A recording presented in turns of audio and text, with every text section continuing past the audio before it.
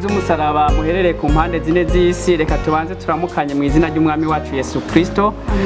Nk'uko tubimenyereye mu rukurikirane rw'ivyigwa by'indongozi yo kwiga Bibiliya, tugeze ku cigwa ca kane ku munsi wa kabiri kw'irigenekerezo rya 21 Gitugutu umwaka w'ibihumbi 2019. Tugeze ku cigwa kivuga ngo abahanuzi batera intege. Abahanuzi batera intege. Reka rero ndabamenyeshe ko turi kumwe na bagenzi bacu. Duhere kuri mushiki wacu yobibwira kugira ngo tuyage tuzinanye. Nitwa Akimana Eveline, sengera ku ishengero ry'Abadiventiste b'umunsi w'indwi rya Mirango. Nanje ku izina nitwa Misago Poncien, nsengera mu Kanyosha. Nitwa Manirakiza Lieve, nkabasengera kuri English Church. Nkuko muhejeje kubyumva, iki cigwa rero tugira tugishikirizwe na mwene data Poncien. Urahawe ikaze kugira ngo noneho abaduteze abiri barushirize gutahura ico iki cigwa gitumbereye kutumenyesha. Ariko kandi jewe muriko murumva ni Pasteur Denis Shimirimana. Mwene data urahawe ikaze. Murakoze cyane Pasteur. Rero mbere yuko twinjira mu cigwa, reka tubanze tubasabe mu dusengere. Ego. Habwa icubahiro Mana yacu, kuko wemeye ko abantu bawe tukumenya cyane utwishure biciye mu nyandiko. Nayo mpamvu dusabye mpwemu yawe yera izibane natwe, kugira ngo na ntaryo aya majambo twiga adushike mu bwenge kandi atubere ikimazi kizotuma kuri wa munsi tuzokubona mu izina ry'umwami wacu Yesu Kristo. Amen. Murakoze cyane kandi murakoze namwe muriko muradukurikirana. Nkuko babivuze tugeze ku cigwa cyo ku munsi wa gatatu, aho tubona abahanuzi ngo batera intege. Iki cigwa ni cigwa mu by'ukuri biboneka yuko ari cigwa kitugarura ku kuntu ubwoko bw'Abisirayeli bwageze igihe buba mu kangaratete, baba mu gihe cyo gutegwa ubwoba, ariko Imana mu bushobozi bwayo igakora igikorwa kidasanzwe cyo kugira ngo yerekane yuko itabahevye kandi iri kumwe nayo nabo ibahagurukiriza abandi bahanuzi bo kuza kugira ngo babatere intege. Twagiye turabibona mu vyigwa vyahise yuko igihe bagerageza kuja barinjira i Yerusalemu baza bake bake, bagiye baragera igihe baza bategwa n'abandi bantu ababenyamini n'abandi babaca intege badashaka yuko babandanya bubaka. Ibi turabibona mu bice vya 4 n'ivya 6 vya Ezira.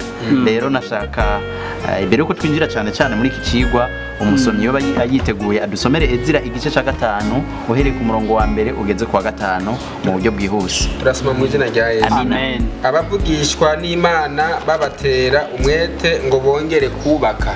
Maze abavugishwa n'Imana Hagayi na Zekariya mwene Ido bavugishwa mu izina ry'Imana y'Abisirayeli, babarira abayuda bari Buyuda ni Yerusalemu.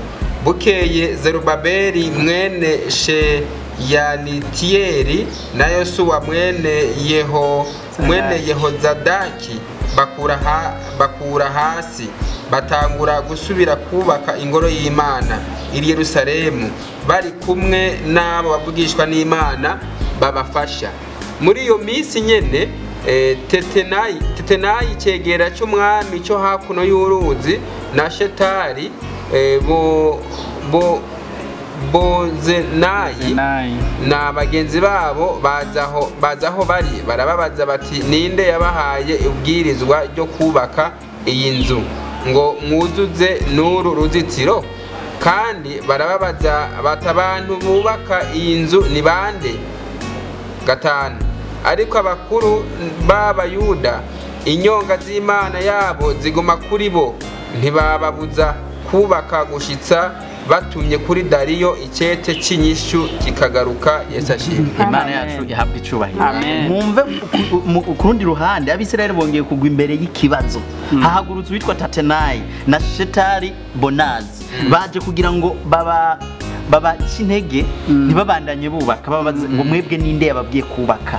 Ariko mwumve ku murongo wa 5 ngo ariko abakuru b'Abayuda inyonga z'Imana yabo ziguma kuri bo, ntibabuza kubaka gushitsa batumye kuri Dariyo icete cy'inyishu kikagaruka. Izina ry'Imana rihabwa icubahiro. Ibi biratwereka mu buryo budasubirwaho ukuntu tuba dukwiye kuba abantu bashizwe imbere nkamwe Pasteur kugira ngo murongore ubwoko bw'Imana, kuba muri abantu mukwiye kwama imisi yose muri maso kugira ngo bikundike mwitegereze ikintu cyose kije gishaka gusubiza inyuma umugambi w'Imana, mube mushoboye guhangana n'ico kintu kuko ngaha nimwe abandanya musoma muzobona yuko aba bantu baciye basaba umwami barungika icete bakirungika ku mwami Dariyo bamurungikira icete bamubaza ati mbega aba bantu baje kubaka byo bari byo urabizi utubwira ico twokora ati kuko batubwiye yuko amakete bayaronsa bemerera kubaka iki gihe umwami niho yaca atanga ikindi cyagezwe Dariyo ngo yaciye akomeza icyagezwe ciwe tuzobisanga mu gice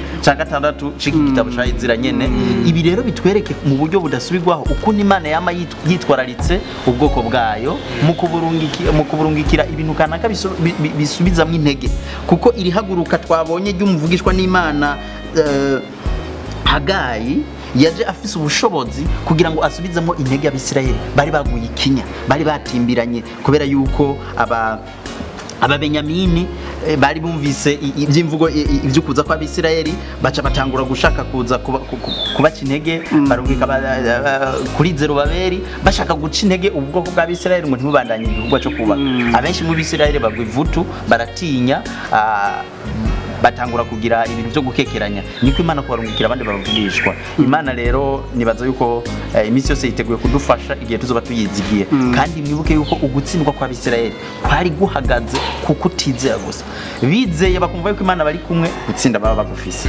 rero ibi nivyo n'ubu natwe muri iki gihe twizeye nta kibuza na kimwe yuko tutazoreka gutera imbere kandi tutazoreka guhagarara neza mu vy'Imana idushakira iki gice rero tubonye nimwasoma igice ca 4 n'igice ca 5 ciki gitabo ca Ezira muzobona yuko aba bavugishwa n'Imana bateye intege abantu ibi vyabayeho mbere naho igice ca 4 n'ca 5 bikurikirana ibi vyabayeho mbere yuko iki gice ca 5 ibivugwa mu byatanguye kuba imbere y'ica 4 kubera haniho abavugishwa n'Imana baje batera intege abantu muga muri iki gice baramaze gutegwa intege niho abakuru abansi b'abayuda b'abenyamini bumvise yuko abavuye mu kinyago bubakira Uhoraho Imana y'Abisirayeli urusengero baca begera Zerubabeli n'abakuru n'abasukuruza batenda dufatanye kubaka aba babenyamini bari baje gufatanya kubaka n'ubwoko bw'Abisirayeli ariko ubwoko bw'Abisirayeli buranana buranga kubera buzi yuko Imana kuva kera Abisirayeli yari yarababujije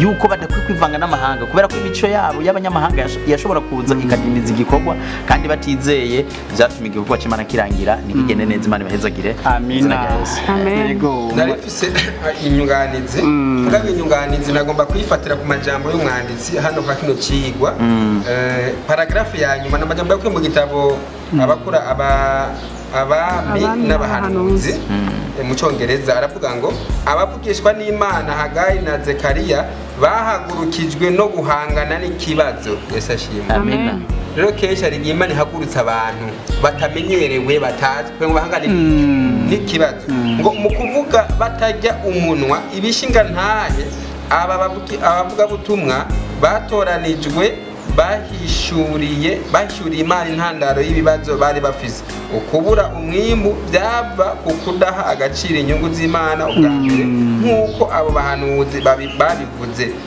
iyo Abisirayeli bari guhesha Imana icyubahiro mu kugira inyubako y'inzu yayo igikorwa cyabo cya mbere bari kuba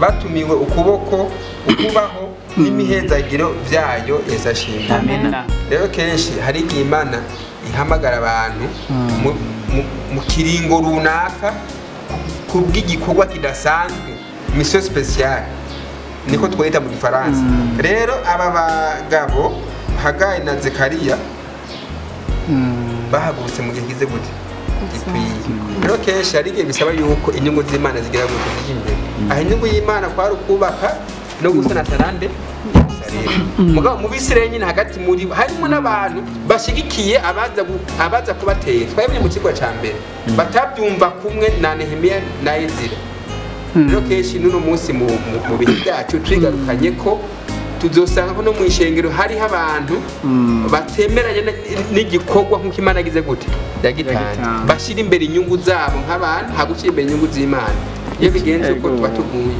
ikindi nacyo jewe iki kigwa kiransigiye ikintu gihambaye aha ndabonye mu gihe Satani abashaka gukoma mu nkokora igikorwa c'Imana Imana yamihagurutsa abantu baza bashize amanga. Amajambo umusazikazi w'Imana yavuze ngo mw'iki gihe hakenewe abagabo n'abagore batagugwa kandi ntibagurishwe. Muri paragrafe udusomeye hari ahavuga ngo bavuga batajya umunwa. Muyandi majambo ntibatega ubwoba nizo ntambamye bariko barabona kwabo batware, ahubwo bo bashize amanga atabwoba baravuga ati tugira tugende tugire gute dukora igikorwa c'Imana. Mwibuke kandi no mu butumwa bwiza bwa Yohana kijya gice ca 11 igihe Yesu abamenyesheje bajya bigishwa hagira asubire hariya i Betaniya kuraba Lazaro, baragize ubwoba bavuga ati mwigishwa wewe hariya baheruka guhakwa kuguterera y'amabuye, none ugira ugende ariko ngo uwo bitwa Ahasa umwigisha umwe niwe yashaka avuga ati nimuze tugende dupfane n'umwami. Bisobanura ngo nta bwoba niba tuzi yuko ubu dushigikiye ari umwami w'abami nimuze tugire gute tugende. N'iki gihe rero ngo bahagaye na Zekariya bahagurutse bavuga batarya umunwa, bongera babavunira n'akagoha Abisirayeli ko iyo baza gushira imbere igikorwa c'Imana bose intumbero imwe yo kubanza gukorera Imana igikorwa kiba cararangiye. Ni muko nyene n'uyu munsi yaba abantu tuza gushira umutima kugaruka k'umwami Yesu Kristo, twese tugaharanira guhiga ico gitsiro Yesu aba yaraje. Nitwe rero tudindiza umurimo w'Imana. Ego murakoze cyane. Nibaza yuko icigwa mu by'ukuri cyumvikanye kandi abafise ibibazo nukubandanya twigira hamwe Bibiliya kugira ngo bikundike tubashe kwitahura.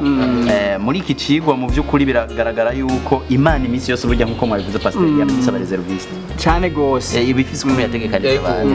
Uravye ukuntu Ezira yabayeho, Nehemiya akabaho, Nehemiya akaza, Ezira amaze imyaka 13 yaragiye. Ucubona ukuntu Imana mwebwe mugenda mu bintu uko niba yarateguye ibintu wowe utazi ukuntu bizogenda, kumbe Imana yarategekanije ukuntu ibyo bintu biva mu Imana. Amen. Ko mwari murongo inebwa mutumye. Ego reka rero tubashimire mukozi w'Imana urakoze ku cigwa ciza. Sinkekeranya yuko abarimo baradutega biri mu by'ukuri batahuye yuko mu bihe igikorwa c'Imana kiba gishishikarijwe gutera imbere imitego itabura, ariko kandi twabonye ko kunesha kuva kuhoraho. Imana ibidushoboze cyane. Twongere kandi dusabe mushiki wacu mu kurangiza asenge. Urakoze mwami Yesu, turagushimiye cyane ku cicigwa kidasanzwe wongeye kudutahuza. Utweretse yuko igihe cyose twama ducika intege ariko duhanze amaso mu ijuru twama tubona ugutabagwa kwawe n'uhabwa icubahiro. Amen. Komeza rero uduhe kukwemera no kukuha imitima yacu ngo uyiganze, maze ga mwami twebwe abiga n'abigisha nabumva ikicigwa twese kigire ico gihinduye mu bugingo bwacu bwa misi yose mu izina rya Yesu. Amen.